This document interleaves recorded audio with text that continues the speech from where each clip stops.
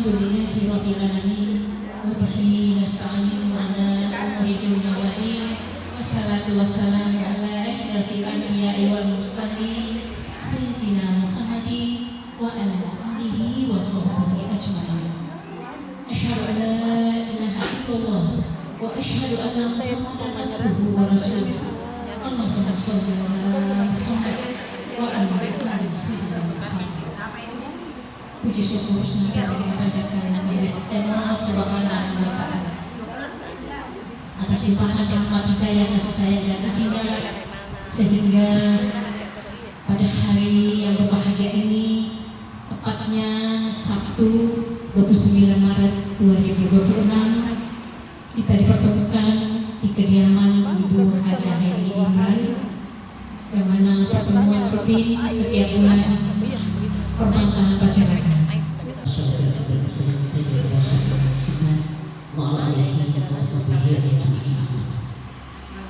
Syukur saya ketika mendatangkan rahmat Tuhan kesadaran dan berkatnya tentang ibadah Yesus hari ini kita sangat kesan berikan perbuatan dan kesehatan, tapi bersama dengan hal-hal segala kesuksesan kemudian berbatas tentang perbuatannya baik akan mengawali dengan bacaan terus.